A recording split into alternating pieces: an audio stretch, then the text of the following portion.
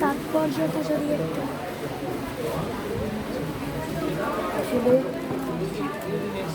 ভগবান আষাঢ়ী পূর্ণিমার দিন এই সংসারে তার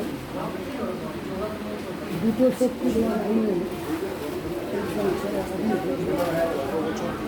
একটা হচ্ছে প্রবৃত্তি শক্তি আরেকটি হচ্ছে নিবৃত্তি শক্তি।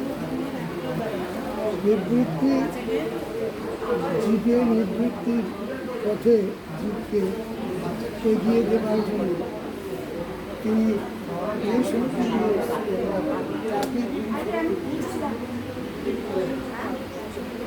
আর সেই গুরু শক্তি নিয়েই তিনি আষাঢ়ী পূর্ণিমা করেছিলেন। আর তারপরে জীবকে প্রবৃত্তি মার্গেতে নিয়ে যাওয়ার জন্য নিবৃত্তি থেকে যেমন মানুষ তার ভগবত পথে এগিয়ে সেই রকম প্রবৃত্তি মার্গে সংসারের পথে যে শক্তি তাকে প্রবৃত্তি শক্তি।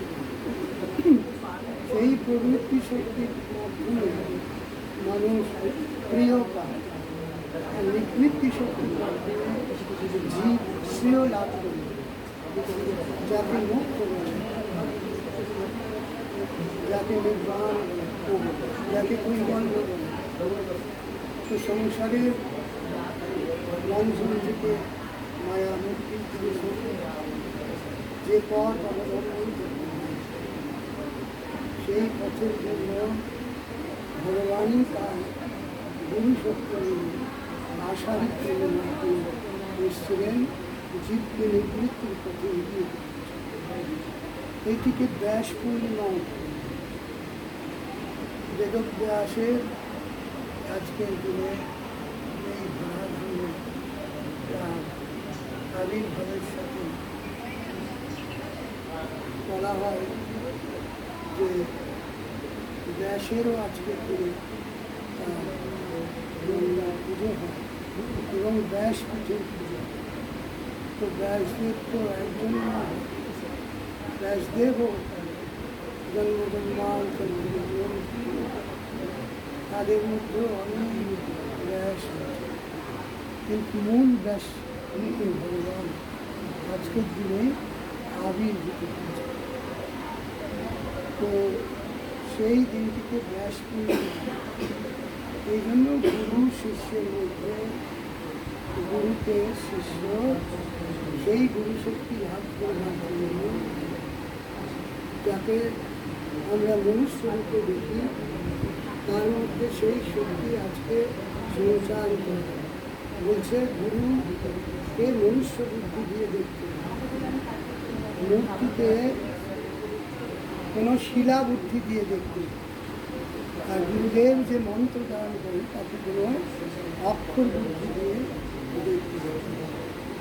ভগবান স্বয়ং বলছেন আচার্য মাম জানি, আমাকে আচার্য বলেই তিনি জানবেন। তো এই জীবনকে জীব দেহধারী হোক গুরু শক্তি আজকে বিশেষভাবে প্রকাশ করে। তাই শিষ্যরা গুরুদেবের পুজো করেন, তার শক্তি শিষ্যের সঞ্চার। এই জন্য আমরা আমাদের দেশে গুরু শিষ্য রূপে, কেননা আমাদের শাস্ত্রতে বলছেন যে শ্রমিক প্রাণী শক্তি ব্রহ্মনিষ্ঠ গুরু। তো শ্রমিক প্রাণী হতে শিষ্য শক্তি গুরু হচ্ছে, গুরু এবাবু হচ্ছে গুরুর কাছে শিষ্য দিয়ে যে উপদেশ লাভ করেন, তিনি যে নিবৃত্তির পথে উপদেশ, সেই মর্তদেহ হল তার মধ্যে মর্তবুদ্ধি না রেখে গুরুবুদ্ধি রেখে তিনি যে মন্ত্র দেন সেটাও অক্ষরবুদ্ধি মন্ত্রে, তাকে মন্ত্রবুদ্ধি মন্ত্রে। তিনি যে পূজার উপদেশ দিয়েছেন সেইটিকে কোনো শিলাবৃত্তিতে মধ্যে তাকে মূর্তি সাক্ষাৎ তার মূর্তি তার পূজা সব আজকে বিশেষভাবে করে, অন্যান্য দিনেও তার সম্মান করে। যে গুরু একদিনের জন্য কারোর সাথে কারো দেখা হয়ে থাকে, তিনি যদি তার কাছ থেকে কোনো উপদেশ পেয়ে থাকেন, কোনো মন্ত্রের উপদেশ, কোনো আদেশ, সেটা যদি তার জন্য বলে মন্ত্র